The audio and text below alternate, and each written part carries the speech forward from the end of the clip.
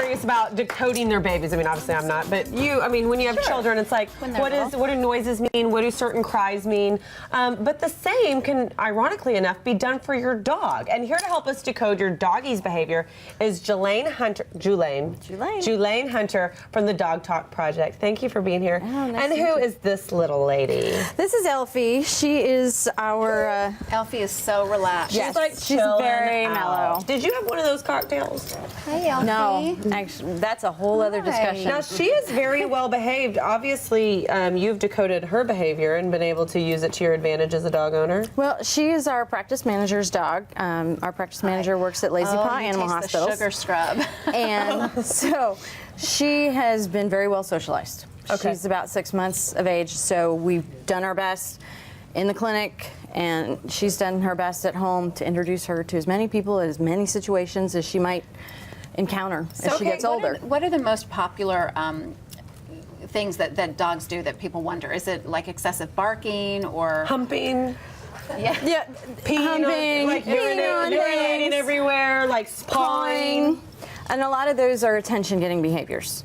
Okay. Dogs have adapted themselves. Humans, we talk a lot. Obviously, we're in a show, this is a talk show, and that's how we communicate. Dog behavior is very subtle.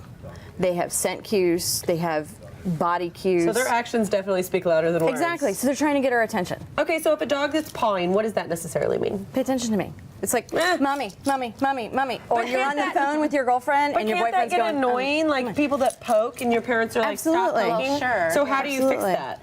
You can redirect. So Okay. your basic obedience, sit, stay, come, all those things help. Once you get the dog's attention on you and you can redirect them into positive things, you reward for good behavior. You reward for sitting quietly.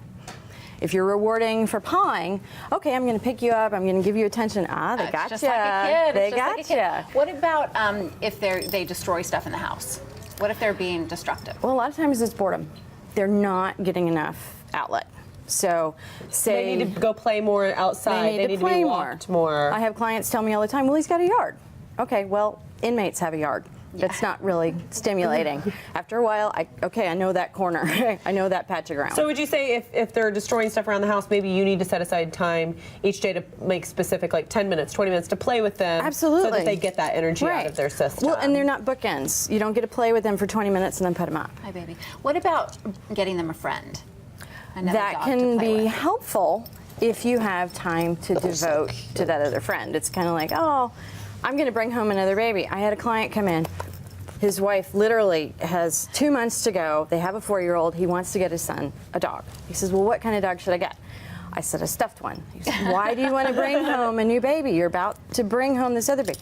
They need attention because you don't want little terrors in your house. So we have an older dog Mm-hmm. in our house, and I think she's like maybe 12 or 13. What breed? And she's a mutt. Okay.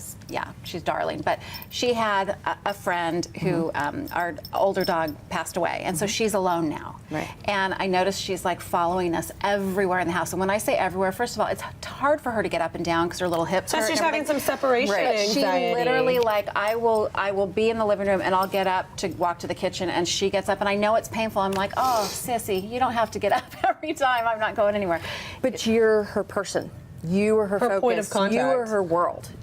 Dogs, and that's the nice thing when you have destructive behavior, you have excessive barking or pawing, they want to please you. So if you can redirect the behavior in such a way that it helps.